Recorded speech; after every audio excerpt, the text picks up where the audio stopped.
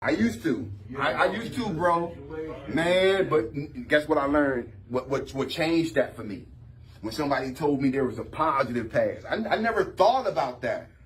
I always thought about, man, when I talked about my past, I'm gonna bring up, I have my go-tos. My granddad used to beat me, used to call me out my name. Oh man, I had all my stuff. I could just give it to you, man, like that, bro. But then, yeah. And somebody said, okay, but what good happened back then? It's something called a positive past. Like, yeah, and it was more good. The good outweighed the bad, to be honest. But if you focus on just those few little things, it'll make you think that outweighed the good. We had fun, man. My cousins and stuff, my brothers, man, we had fun. So I started focusing on the positive past, man. Why am I giving life to the bull crap that happened in my life that I can't change? And we'd be mad at people that ain't even live no more. You know, holding a grudge against somebody who's dead and gone. And here you are supposed to be living your life, and that person's dead and gone, and they still got more power over you than you got over yourself. But a dead person, reaching from the grave, got more influence and power over your mood and the way you feel than you do when you got blood in your body and breath flowing, man. And we better focus on somebody and what somebody did that we survived. Yeah. And then whatever it was, if you survived it, you should be thanking God. I don't care what it is. If you sitting here trying to be a victim when you need to be on your knees, thanking God every day that you survived whatever it was, then you're doing an injustice to yourself. So be kind, man, to people. I like that. Yeah, man, be kind to people, man. Because some people walk through life like it's perfect, like they got it going on. They don't have no worries. But I guarantee you, man, they might be carrying something heavy, and just because it look like they got it going on, it still might be heavy. Be kind to everybody.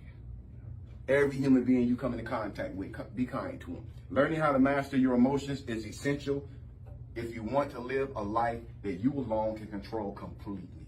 Having absolute control and power over your feelings in any given moment is one of the greatest skill sets you can master. It's important to realize that whatever emotion you feel, you're not feeling it because you have to. Ain't that empowering? Whatever emotion you feel, you're not feeling it because you have to. You're feeling it because you choose to. When you go to the past and you think about something that happened or something didn't go your way, when you take a trip to the future and you start worrying about stuff that ain't even happened yet, you're doing it to yourself. Sound like sabotage. Yeah, it is. Self-sabotage. That's exactly what it is. That's exactly what it is. You are the source of all of your emotion. I know some of y'all, I know that's taking a safety blanket from you. I know some of y'all want to keep that blanket like Lion is walking around on Charlie Brown with that little safety blanket. So you want to seem like, I just feel this way. No, you choosing to feel that way. I'm about to hit some stuff today, man. I don't care if y'all ready for it or not. You are the source of all your emotions because you're the one who creates them. You can feel any way you choose at any given time. Ooh, man. You can feel any way you choose at any given time. You don't need to have a specific reason to feel good. You can decide to just feel good right now in this very moment simply because you're alive. Oh, this going over some people's head and I don't even care, man. I'm getting it. Because you're alive, you can feel good, or because you want to feel good. I decide, I can make a decision today that I'm not going to let nothing stop me from feeling good today. I can make that decision. Yeah, man. Yeah. I can decide it. And do you know how good it feels to have had somebody in your life who could twist the screws whenever they wanted to and get you to react however they wanted to get you to react? And they can get you to get mad when they want you mad. They can make you happy when they want to make you happy. They can make you sad and depressed when they want to make you sad and depressed. And for you to learn how to avoid that, for you to be able to deal with that person and them not be able to, they try everything they used to try and it don't work. Do you know how that feels? Yeah. It feels I know how it feels, bro, to overcome somebody or something that was a problem in my life because I allowed them to. And I kept putting it on them. Oh, man, they be making me mad. No, they don't make you mad. You allowing yourself to get mad. You in control. Because if you ain't in control, who is? Them. You're giving them the power. You giving it to them. You gotta take it back. I agree. You giving them the power. If they making you mad, you gave them the power. Your body going to determine your emotional state. Keep putting your head down. It's going to determine your emotion. You see a person who always has their head down? We're going to talk about that. Whatever you are feeling right now is directly influenced by how you move your body. The way you feel right now is directly influenced by how you move your body. Oh, we about to get deep. Always keeping your head down and avoiding upright posture would push you closer to feeling depressed. There ain't nobody doing it to you, but it was my past. Yeah, because you keep going back to the past. We just talked about that. What value is it? What is the value you getting from going back to the past and thinking about what bad happened to you? Can you change it? Can you fix it? Okay, so your brain is a haunted house. Your brain is a haunted house with cobwebs and spiders and ghosts and witches in your brain, living in your head. You are a walking haunted house. Because if you ain't in possession of your own brain, somebody and something is. Somebody and something is in control of your brain if you not. In the Bible, they call it possession. Whenever you feel negative, you can hold your head up high. Even when you feel negative, hold your head up high anyway. Because when you lower it, you succumbing to it. When you lower your head, you succumbing to how you feel. And even if you don't feel good, you better learn how to control your body. Some good stuff. So whenever you feel negative, you can hold your head up high, pull your shoulders back, and take a deep breath. That's what you can do when you feel negative. The ability to put yourself in a powerful, peaceful state of will. I'm telling you, to put yourself in a peaceful state at will when you want to. To be able to do that when you feel negativity coming on and you can change that, that's power. Because you got high self-esteem don't mean you ain't going to get depressed. It don't mean you ain't going to get down. It don't mean you ain't going to feel bad. But when you feel it coming on, like when you look ahead and you see them clouds, them dark clouds, and you know some rain is coming, people start rolling their windows up, don't they? Yeah, looking for cover. Yeah. They want to put on the type of clothes so they can protect themselves. That's what you need to learn how to do. When you start feeling yourself feeling negative, when you start feeling yourself depressed, do not let that stuff overcome you. Do not let that spirit overcome you. It's the way you hold yourself, the way you carry yourself. You need to learn how to take deep breaths and take a step back when you feel a certain way and lift your head up even when you don't feel good. The ability to put yourself in a peaceful state at will is a power we all have. We all have it. Whether you choose to use it or not is up to you. But we all have this power. Using your physiology to determine your state of mind will help you make strong decisions and improve your confidence. The three major forces that determine your state of mind. We said physiology is one. Number two, to determine your emotional state is your language. Physiology is one. The second one is your language. How do you communicate with yourself? Language is something that comes in various forms, and one of those forms is your inner monologue, or the things you say to yourself mentally.